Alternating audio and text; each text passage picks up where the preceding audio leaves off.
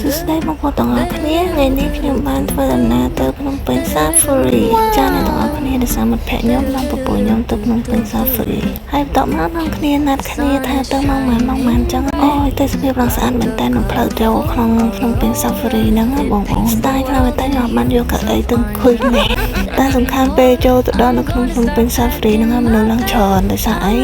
កតា booking របស់គេហ្នឹងគឺថ្លៃគេ discount សម្រាប់អ្នក booking គឺថ្លៃ$3សម្រាប់អ្នកដែលទៅទិញផ្ទាល់គឺថ្លៃ$5មនុស្សជាន់កគ្នាចង់ក្លាំពេកតែឯងហើយពេលដែលចូលទៅក្នុងនឹងទៅគឺស្អីក៏តម្ងជួទិញស្អីក៏តម្ងជួបញ្ចូលលុយដែរចង់និយាយចឹងណាអានេះគឺជារឿងដែលខ្ញុំទៅតនៅក្នុងនឹងជាងគេបំផុតសម្រាប់ដែរមិនមែនមានតែខ្ញុំទេគឺមានអ្នកដទៃភ្ញៀវដទៃផ្សេងទៀតដែលគាត់បាននិយាយជាមួយខ្ញុំដូចគ្នាដែរអញ្ចឹងណាបើសិនជាអាចគ្នាខ្ញុំជាអតិថិជនក្នុងភ្នំពេញ Safari មួយរូបដែរចង់ឲ្យបងដូរកូកានៅខាងក្នុងនឹងបន្តិចសម្រាប់តែអ្នកដែលមានលុយអីយើងចូលធម្មតាទៅយើងទិញឲ្យលុយបានឬក៏ជាបានជា QR ក៏បានដែរអញ្ចឹងណាមិនបាច់ចាំចង់ត្រូវការទិញអីត្រូវទៅបញ្ចូលលុយសិនហើយបើសិនយើងចាញ់អស់អញ្ចឹងទៅយើងចេញមកក្រៅត្រូវដូរលុយថ្មងជួទៀតច្រើនញ៉ៃអញ្ចឹងណាបងតែនៅក្នុងនោះមានសត្វច្រើនមែនតើខ្ញុំមើលអត់សូវបានអស់ទេអញ្ចឹងគឺខ្ញុំបានដើរតែមកជុំឯងដូចជាមាននៅក្នុងនៅផ្លូវកតាមួយទៀតតែនៅផ្លូវកតាហ្នឹងគឺខ្ញុំអត់បានដើរទេព្រោះអីថាផ្លូវហ្នឹងខ្ញុំឃើញមនុស្សដើរដែរប៉ុន្តែខ្ញុំមិនដឹងថាដើរទៅតាមផ្លូវណាអញ្ចឹងណាចាបងប្អូនអ្នកនរគ្នាអានេះគឺជាសត្វស្អីគេទេខ្ញុំមិនដឹងដែរវាកំពុងតែស៊ីចំណៃ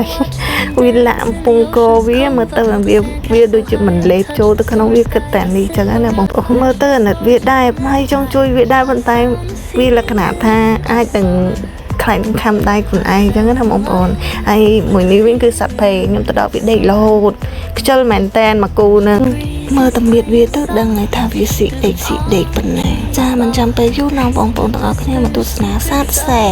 អូយសត្វសេះនេះពេលដែលប៉ះសក់ទៅដូចសក់គ្នាខ្ញុំបែបបិទហ្មងអញ្ចឹងគាត់ថាបងប្អូនកាត់សក់សេះយើងត្រូវមើលឲ្យច្បាស់កាត់សក់សេះមិនស្រួលហ្នឹងមកដូចសេះមែនហ្នឹងណាចាបងប្អូនឥឡូវយើងបន្តដំណើរទៅមុខទៀតអូយមានភ្ញៀវច្រើនខ្លាំងណាស់ភ្ញៀវមិនដឹងមកពីណាមកពីណីទេហើយខ្ញុំសម្រាប់នាងខ្ញុំផ្ទាល់គឺរៀងហើយសម្រាប់របស់ដែល discount អូយបងប្អូននេះគេហៅសត្វស្អីគេសត្វឆ្លុះញែងស្អីទេខ្ញុំអត់សូវស្គាល់ទេបងប្អូនតែមួយជើងវាទៅឡើងទូចបាទមួយនោះឡើងនេះក្តានញែងបងប្អូនគឺខ្ញុំហៅឆ្លុះញែងសុំទោសបងប្អូនខ្ញុំអត់សូវស្គាល់ឥឡូវដល់សត្វអីនេះមួយទៀតជាសត្វគ្រាលដឹងខ្ញុំមិនសូវច្បាស់ដែរបងប្អូនសត្វគ្រាលបងប្អូនដែលមកពីទ្វីបឥណ្ឌាបងប្អូនអាយុកាលរស់រានគឺ30ឆ្នាំដោយដែរឥឡូវយើងបន្តដំណើរទៅមុខទៀតអូយមានសត្វច្រើនខ្លាំងណាស់ខ្ញុំអត់បានថតតែអាកាសធាតុថ្ងៃហ្នឹងគឺអំណោយផលមែនតើគឺវាលក្ខណៈថាវាស្រទុំហើយវាភ្លៀងតក់តិចចឹងណាវាមិនភ្លៀងខ្លាំងទេវាអាចដើរបានទៅជាទៅជុំខ្ញុំជួយចិត្តដើរពេលដែលភ្លៀងតក់ចឹងឬក៏មិនស្រទុំចឹងចាបងប្អូនឥឡូវយើងមកដល់សត្វក្ងោកដូចជាមិនតដាងក៏ទុយឲ្យយើងមើលទេទៅដល់ឃើញពួកវាអង្គុយសង្កត់នៅម្នាក់មកចំហៀងចឹងណានេះបងប្អូនមុខក្ងោកអូយមករងវាស្អាតខ្លាំងមែនទែនចាបងប្អូននេះគឺជាកូនរបស់មិត្តភក្តិរបស់ខ្ញុំ best friend ចាកូនត្រេនមកតោយតាមដែរឆ្លាតមែនតើអត់រករឿងអត់យំអីទេចាលក្ខណៈថាម៉ាក់គេឲ្យដើរមិនតិចហ្នឹងទីឲ្យអង្គុយអូយរួយជើងតែចាក់ស្ដាយហ្នឹងម៉ាក់ប៉ាគេពោលរហូតដល់បដ ឲ្យដើរតែម៉ាន់ទីគឺជាប្រហែលជំហានហ្នឹងទីអង្គុយឲ្យរួយជើងខ្លាំងក៏ទៅគូតក្មេងលេះច្រើនដល់កតែពិតជាគួរឲ្យស្រឡាញ់ខ្លាំងមែនតែនចាបងប្អូននេះមានស្រីស្អាតប្រុសស្អាតអូយមិនសូវហ៊ានថតច្រើននេះចាបងប្អូនលើដល់សត្វសពូចនៅក្នុងនឹងមានប្រហែលក្បាលទេបងប្អូនខ្ញុំភ្លេចវានៅខាងក្រោមមានមួយដូចជានៅខាងលើមាន2ក្បាលទៀតបងប្អូនវាតោនៅខាងលើតែខ្ញុំអត់បានថតផ្លែថតច្រើនទៅអត់មានអ្នកមើលចឹងណាបងប្អូនដោយសារខ្ញុំទៅថតទៅរៀន voice over ដែរឥឡូវយើងមើលបងប្អូននេះត្មងជួទិញក្រែមចានៅក្នុងនឹងស្អីក៏ត្មងជួដែរឃើញជួគួយខ្លាចលក្ខណៈថាមានលុយក៏មិនហ៊ានញ៉ាំចឹងណាយើងថាខ្ញុំខ្ជិលចាំគេចាបងប្អូនតែផ្លូវនេះគឺគេដឹកដូចជាមកជុំយ៉ាងមើលទៅបងប្អូនខ្ញុំមិនសូវដឹងដែរដោយសារខ្ញុំអត់បានជិះដូចជាសពតជិះហ្នឹងម្នាក់$2បងប្អូនចាហើយសត្វសមួយហ្នឹងគឺសត្វព្រាបចាបងប្អូនស្អាតមែនតែនហើយសម្រាប់សត្វនេះវិញគឺខ្ញុំអត់ដឹងសត្វអីដែរដូចជាកុកដឹងតែកុកមិនមែនពណ៌ហ្នឹងទេមកទៅបងព្រោះ ព្រោះសត្វកុកដូចជាពណ៌សហើយក៏វាវែងខាប់បងប្អូននេះគឺជាស្រីស្អាតទឹកតែចេញតាណាថតលើកដំបូងចាមិនសូវហ៊ានចេញមុខទេវាលក្ខណៈថាដំបូងវាថតទៅដូចខ្មាស់អៀនអញ្ចឹងណាបងប្អូនចាឥឡូវដល់សัตว์ខ្លាក់ឃ្មុំអូយខ្ជិលមែនតែនសម្រាប់ការដេកគឺមានច្រើនស្ទាយខ្លាំងមែនតែនចាតែមួយនេះវិញដេកដូចជាគេធ្វើដូចជាអង្រឹងតែដេកឡើងតំណងបងប្អូនអូយខ្ជូតគួរឲ្យស្រឡាញ់ចាឥឡូវដល់វគ្គខ្លាម្ដងចាអូ Tiger ចាបងប្អូនមិនបាននាំខ្លាទៅមើលខ្លាអញ្ចឹងនិយាយលេងឯងបងប្អូនខ្ញុំស្លូតខ្លាំងមែនតែនខ្ញុំមិនមែនជាខ្លាទេចាឥឡូវយើងមកមើលរូបភាពចិត្តជាក់ស្ដែងចាបងប្អូនមកគូនេះអើយប្រពន្ធគ្នាលោកហើយធំហ្មងវាមែនខ្លួនខ្ញុំមួយទៅជាបានខ្លួនវាមួយបានខ្លួនខ្ញុំដូចជា2 3ហើយដឹងខ្ញុំទូចទេបងប្អូនតែសត្វខ្លានឹងមើលទៅមិនណែមែនតើហើយគេលក់ចំណីឲ្យវាញ៉ាំដែរបងប្អូនហើយដូចជាចំណីវាមួយគិត$2ចាបងប្អូនហើយខ្ញុំបានដាក់ចំណីឲ្យវាដែរព្រោះអីឃើញពូគាត់អ្នកគាត់ទិញចំណីដាក់ឲ្យវានេះវាមានមួយគូតែគាត់ទិញឲ្យតែមួយអញ្ចឹងណាបងប្អូនអីឃើញមុខវាគួរឲ្យអាណិតពេកនេះបងប្អូនកំពុងតែពេកញែកអត់ទេចំណីអូនបងចាំខូច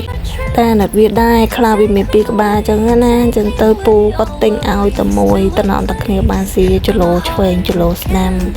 ហើយអានោះមិនបានហូបទេចាចឹងនិយាយចឹងហើយនាងខ្ញុំនេះចិត្តមិនដាច់ឃើញគ្នាតំណតែបានស៊ីហើយអាមួយទៀតមិនបានស៊ីចឹងណាមកអូយនោះ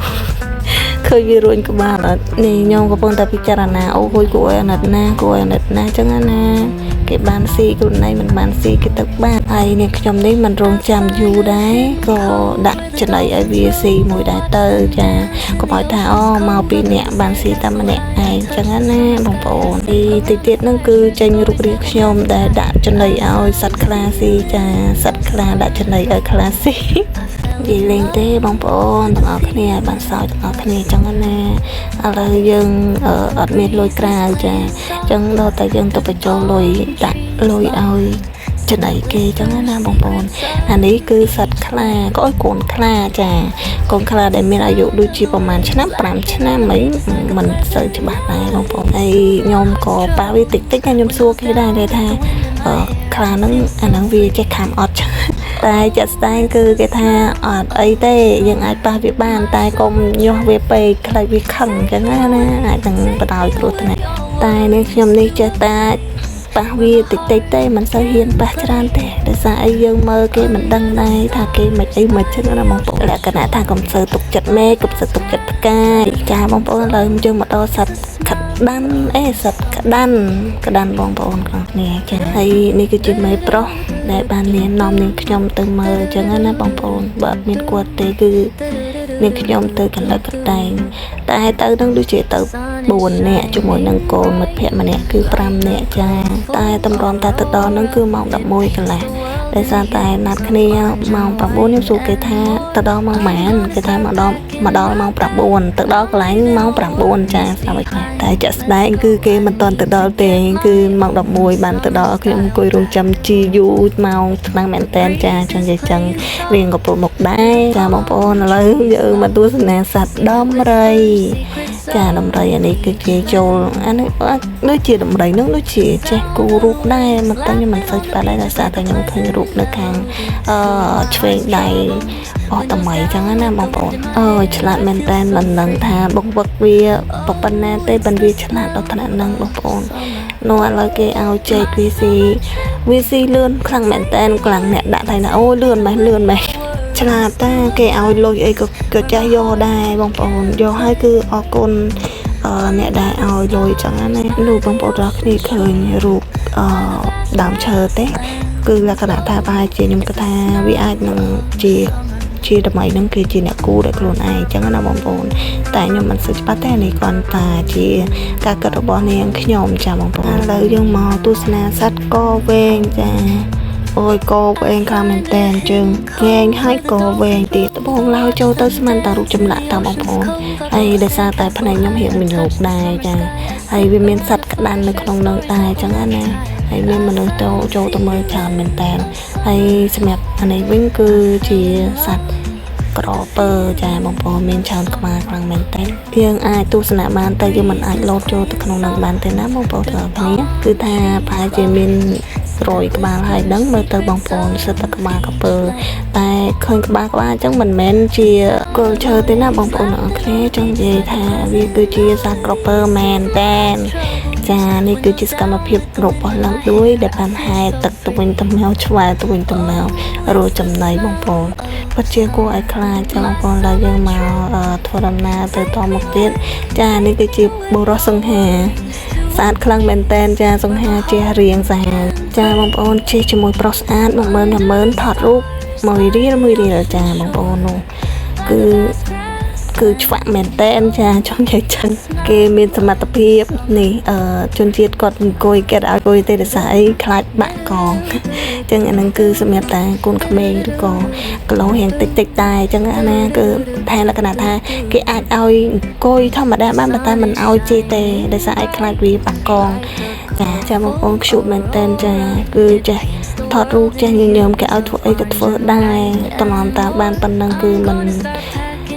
សកម្មតិចទេមកទៅចាឃើញសិតឃើញមនុស្សស្រីបងប្អូនគឺថើបយកតែម្ដងមិនបាច់ចាំបញ្ជាទេចាខ្ញុំចង់រត់ថតជាមួយវាដែរបងប្អូនប៉ុន្តែមនុស្សវាច្រើនពេក